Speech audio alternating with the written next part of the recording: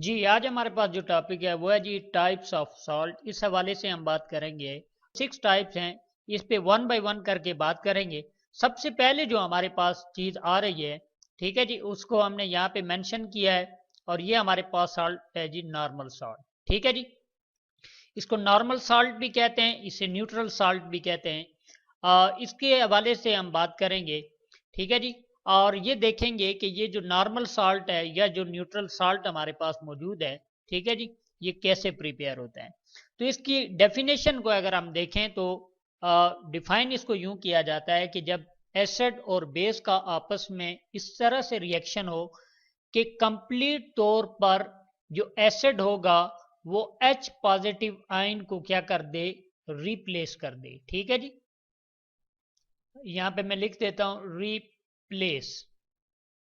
H positive ion को complete तौर पर अगर वो रिप्लेस कर रहा है रिएक्शन के दौरान, किसके साथ, बेस के साथ, इससे क्या कहेंगे, हम कह देंगे कि नॉर्मल सॉल्ट हमारे पास बन गया या न्यूट्रल सॉल्ट हमारे पास बन गया। तो सबसे पहले तो हम बात करेंगे कि ये जो इक्वेशन हमने लिखी है, ये जो केमिकल रिएक्शन हमने लिखा है, इस हवाले से बात करेंगे। यहाँ पे हमारे पास एक एसिड है और एक हमारे पास क्या है जी, बेस है। सबसे पहले तो हम एसिड को डिफाइन करेंगे कि एसिड किस चीज को कहते हैं।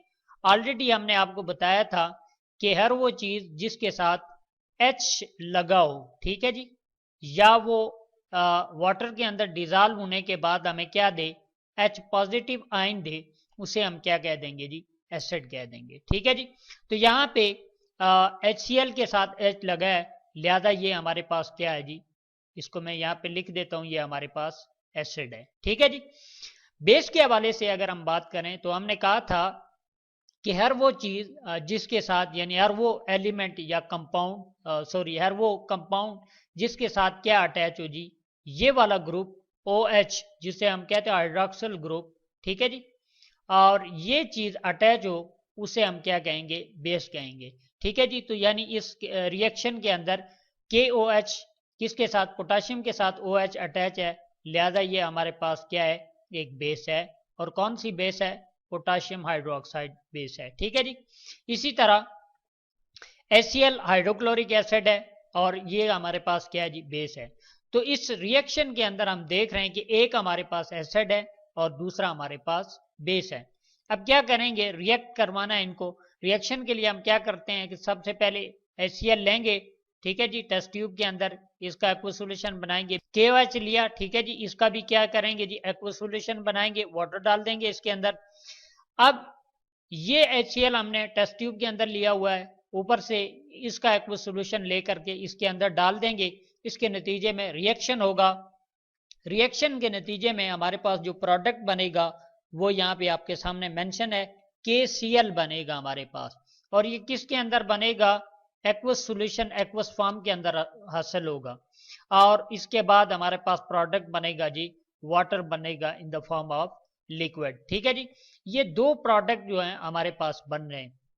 अब यहाँ पे देखें, अगर आप, हमने कहा था कि नॉर्मल सॉल्ट या न्यूट्रल सॉल्ट उसे कहेंगे कि जो कि H पॉजिटिव आयन को कंप्लीट तौर पे रिप्लेस कर दे। ठीक है जी, यहाँ पे अगर देखें आप, HCl के पास यानी एसिड जो हमारे पास मौजूद है, इसके पास कितने H हैं, टोटल 1 H है।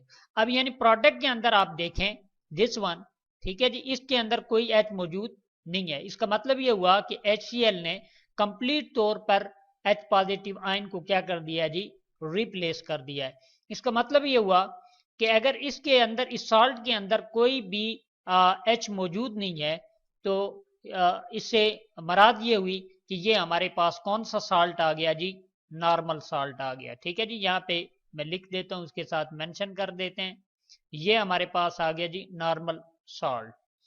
ऐसे तमाम सॉल्ट, यानी इसको हम यूं डिफाइन कर सकते हैं, ऐसे तमाम सॉल्ट जिनके अंदर H मौजूद ना हो और जो कंप्लीट तौर पर H पॉजिटिव आयन एसिड के अंदर से क्या कर दें, रिमूव कर दें या रिप्लेस कर दें, इन्हें क्या कहते हैं जी, नॉर्मल सॉल्ट कहते हैं।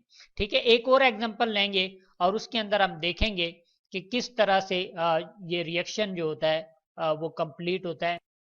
जी, ये है जी हमारे पास सेकंड रिएक्शन और इसके अंदर हम देखेंगे कि H पॉजिटिव आयन को ये जो एसिड है ये कंप्लीट तौर पर रिप्लेस कर रहा है या नहीं कर रहा है। अगर कर रहा है तो हमारे पास कौन सा सॉल्ट बनेगा, न्यूट्रल सॉल्ट बनेगा। यहाँ पे हम देख रहे हैं सबसे पहले तो हम आइडेंटिफाई करेंगे हमारे पास जो एसिड कौन सी चीज है।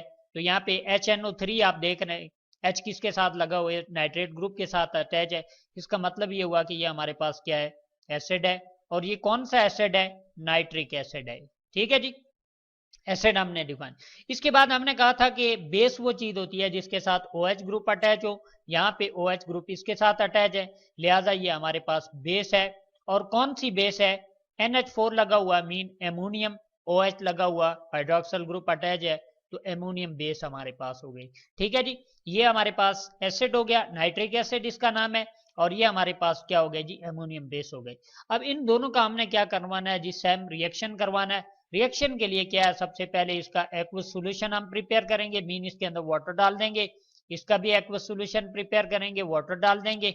इसके बाद क्या करेंगे, टेस्ट ट्यूब के अंदर ले लिया HNO3 को, उसके ऊपर से इसकी बेस यानी इसका एक्वस सॉल्यूशन और इसका एक्वस सॉल्यूशन इनको मिक्सअप करेंगे।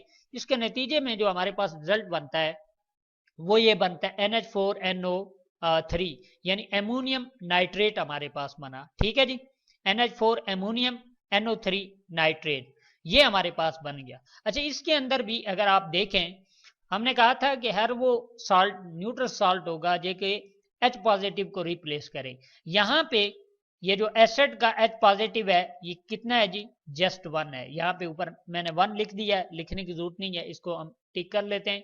एक H यहाँ पे मौजूद है। अब यानी अब प्रोडक्ट के अंदर आप देखें NH4 तो ये इसी तरह आ गया, NO3, अब NO3 के साथ एक H अटैच था जो कंप्लीट तौर पर कंप्लीटली यहाँ से क्या हो गया जी, रिप्लेस हो गया है। ठीक है जी, इसका मतलब ये हुआ कि ये जो चीज हमारे पास बनी, दिस वन, ठीक है जी, ये हमारे पास क्या बना, कौन सा सॉल्ट बना, इसको हम लिख सकते हैं जी, ये हमारे पास नॉर्मल और न्यूट्रल सॉल्ट है।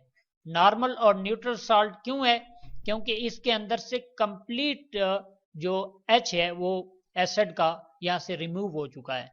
ऐसे तमाम सॉल्ट जिसके अंदर एसिड के अंदर से H पॉजिटिव आयन को कंप्लीट तौर पर रिप्लेस करने के बाद हमारे पास सॉल्ट बने, उसको हम क्या कहते हैं जी, नॉर्मल सॉल्ट कहते हैं। और इसी के साथ एक वाटर भी इसके अंदर प्रोडक्ट आता है। ठीक है जी, जो कि लिक्विड फॉर्म के अंदर होगा। अच्छा, यहाँ पे ये बात भी नोट करें कि ये किस फॉर्म के अंदर होगा, एक्वस फॉर्म के अंदर हमारे पास मौजूद होगा। एक्वस फॉर्म किसे कहते हैं, यानी NH4NO3 एमोनियम नाइट्रेट के अंदर क्या होगा, वाटर भी क्या होगा जी, ये वाटर के अंदर मौजूद होगा, यानी लिक्विड फॉर्म के अंदर, सॉरी एक्वस फॉर्म के अंदर मौजूद होगा। ठीक है जी, तो ये चीज यहाँ पे क्लियर हो गई। ठीक है जी, ये लिक्विड फॉर्म के अंदर वाटर मौजूद होगा और ये हमारे पास एक्वस फॉर्म के अंदर क्या होगा जी, मौजूद होगा।